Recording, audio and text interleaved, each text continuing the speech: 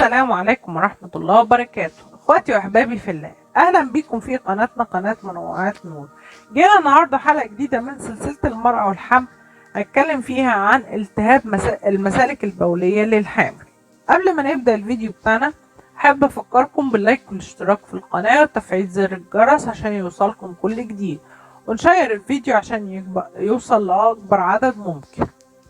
محتويات الفيديو بتاعنا: التهابات المسالك البولية لدى الحامل، علاج التهاب المسالك البولية لدى الحامل والوقاية من التهاب المسالك البولية. نبدأ الفيديو بتاعنا بسم الله. التهابات المسالك البولية عند الحامل. يعتبر التهابات المسالك البولية إحدى الحالات المرضية شائعة الحدوث أثناء فترة الحمل، ويتمثل بإصابة أي من أجزاء الجهاز البولي بعدوى بكتيرية بما في ذلك الكلى أو الحالب أو المثانة أو الإحليل، ويعزز حدوث ذلك هذا النوع من الالتهابات إلى التغيرات الهرمونية التي تتعرض لها المرأة خلال فترة الحمل، وتؤثر في تدفق البول بحيث تسبب بطء تدفقه، مما يمنح البكتيريا وقتا أطول لتنمو وتتطور في البول قبل خروجه من الجسم. وفي سياق هذا الحديث يشار إلى أن تقدم الحمل يصاحبه نمو الرحم وزيادة في حجمه، ويترتب على ذلك زيادة في الوزن، بما قد يحول دون تدفق البول إلى المثانة بشكل كافي، مما يتسبب بالعدوى البكتيرية. وتقدر الإشارة إلى ضرورة علاج التهاب المسالك البولية نظرا لما قد تسبب من مضاعفات إذا تركت هذه الحالة دون علاج، مثل عدوى الكلى أو ولادة طفل ذو وزن أقل من الطبيعي أو الولادة المبكرة.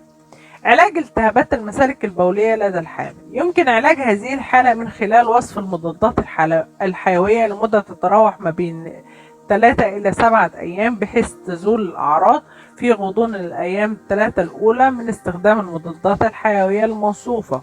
وفي الحقيقة تعتمد طبيعة العلاج الموصوف على نتائج اختبار البول ومدى أمان الدواء على الحامل، وقد يضطر الطبيب إلى وصف الدواء قبل ظهور نتيجة الاختبار، خاصة إذا تسببت أعراض العدوى بانزعاج الحامل، وفيما يتعلق بالمضادات الحيوية الأكثر أمانا خلال فترة الحمل.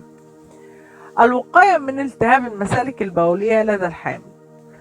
هناك العديد من الإجراءات التي تساهم في الوقاية من التهاب المسالك البولية أثناء الحمل، ويمكن بيانها على النحو التالي: تناول من 6 إلى 8 أكواب من الماء يوميا، إضافة إلى شرب عصير التوت البري غير المحلى بشكل منتظم. تجنب تناول الأطعمة المكررة أو عصائر الفاكهة أو الكافيين أو الكحول أو السكريات.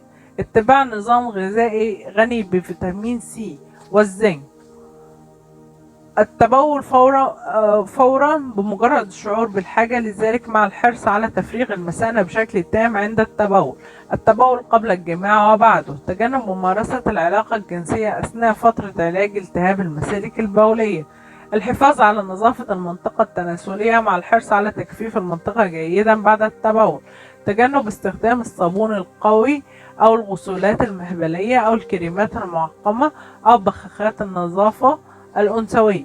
تغيير الملابس الداخلية بشكل يومي. تجنب ارتداء الملابس الضيقة. الحرص على أن تكون الملابس الداخلية التي يتم ارتداءها قطنيا. تجنب البقاء في حوض الاستحمام لمدة تزيد عن نصف ساعة أو الاستحمام أكثر من مرتين في اليوم. التهاب المسالك البولية أو الجهاز البولي هي عبارة عن عدوى بكتيرية تصيب أي جزء من الجهاز البولي، وهي الكليتين والحالب والمثانة ومجرى البول كما ذكرنا، وغالبا ما تكون النساء هي أكثر عرضة للإصابة بهذه العدوى من الرجال.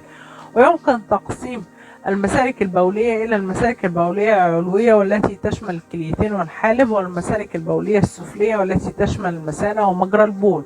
وأكثر أنواع العدوى انتشارا هي تلك التي تحدث في المسالك البولية السفلية، وعادة ما يتم تشخيص عدوى المسالك البولية بناء على الأعراض واختبار عينة البول، ويمكن الشفاء منها في غضون أيام قليلة من العلاج. ومع ذلك يمكن أن تتفاقم الحالة المرضية للشخص إذا انتقلت العدوى إلى الكليتين، لذلك من المهم الانتباه لها وزيارة الطبيب إذا ما شعرت بأي من أعراض تلك الحالة. تعتمد أعراض التهاب المسالك البولية على الجزء المصاب، المسالك البولية العلوية أو المسالك البولية السفلية. وتؤثر عدوى المسالك البولية السفلية في مجرى البول والمثانة، بينما تؤثر عدوى المسالك البولية العليا في الكلى. لا تتسبب التهابات المسالك البولية دائما في حدوث علامات وأعراض، ولكن عند ظهورها فإنها قد تتضمن ما يلي: أعراض التهاب المسالك البولية السفلية تشمل أعراض التهاب المسالك السفلية البولية التي تضم مجرى البول والمسالة، حرقان خلال التبول، زيادة شعور الرغبة في التبول مع عدم نزول البول، إلحاح مستمر وقوي للتبول، تسريب كميات صغيرة ومتكررة من البول، البول الدموي، بول قاتم اللون، البول الذي يشبه الكولا أو الشاي، البول الذي له رائحة قوية، ألم الحوض عند النساء خاصة في منتصف الحوض وحول منطقة عظمة العانة، ألم المستقيم عند الرجال. أعراض التهاب المسالك البولية العليا: تؤثر عدوى المسالك البولية العليا في الكلى، ويمكن أن تكون في هذه الحالة مهددة للحياة إذا انتقلت البكتيريا من الكلية المصابة إلى الدم، ويمكن أن تؤدي في هذه الحالة إلى انخفاض ضغط الدم والموت. وتشمل أعراض هذه الحالة ألم في الجزء العلوي من الظهر، قشعريرة في الجسم، الحمى، الغثيان، التقيؤ. على جانب آخر تتشابه أعراض عدوى المسالك البولية العليا في الرجال مع تلك الموجودة في النساء، بينما في التهاب المسالك البولية السفلى تعاني النساء في ألم في الحوض، بل وتعد عدوى المسالك البولية أكثر شيوعا بين النساء في فترة الحمل. أعراض التهاب البول عند الحمل: يعتبر النساء الحوامل في خطر متزايد لعدوى المسالك البولية ابتداء من الأسبوع السادس حتى الأسبوع 24، وتعد هذه العدوى أكثر شيوعا خلال فترة الحمل. بسبب التغيرات في المسالك البولية يكون الرحم مباشرة فوق المثانة، ومع نمو الرحم يمكن أن يؤدي وزنه المتزايد إلى منع تصريف البول من المثانة، ما يتسبب في حدوث عدوى إذا كانت مصابة بعدوى في المسالك البولية خلال حملك. فقد تواجهين واحدا أو أكثر من تلك الأعراض: ألم وحرقان عند التبول، الحاجة للتبول أكثر من المعتاد، شعور بالإلحاح في التبول، ظهور الدم في البول، تشنجات وألم أسفل البطن، الشعور بألم خلال العلاقة الحميمة، الاستيقاظ من النوم للتبول وحدوث تسرب للبول، تغيير في كمية البول أو أكثر أو أقل، نزول بول قاتم اللون أو رائحة كريهة أو قوية بشكل غير عادي، الشعور بألم أو ضغط في منطقة المثانة، المعاناة من آلام الظهر والقشعريرة والحمى والغثيان والقيء، وإذا وصلت البكتيريا إلى الكرياتين وانتشرت بهم. الوقاية من التهابات المسالك البولية: بعد أن وضحنا أن لك أعراض عدوى المسالك البولية، إليك عدة نصائح للوقاية من تلك العدوى وتقليل خطر الإصابة بها. شرب كميات كبيرة من السوائل خاصة الماء يساعد تناول شرب الماء في التبول بشكل متكرر، مما يسمح للبكتيريا بالخروج من المسالك البولية قبل أن تبدأ العدوى.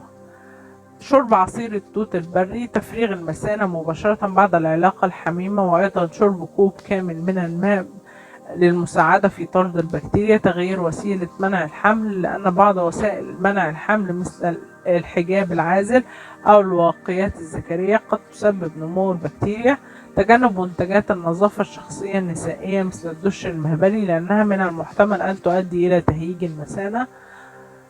شرب 6 إلى 8 أكواب من الماء كما ذكرنا، وعصير التوت. التقليل من تناول عصائر الفاكهة والكافيين والكحول. التبول بمجرد الشعور للحاجة به.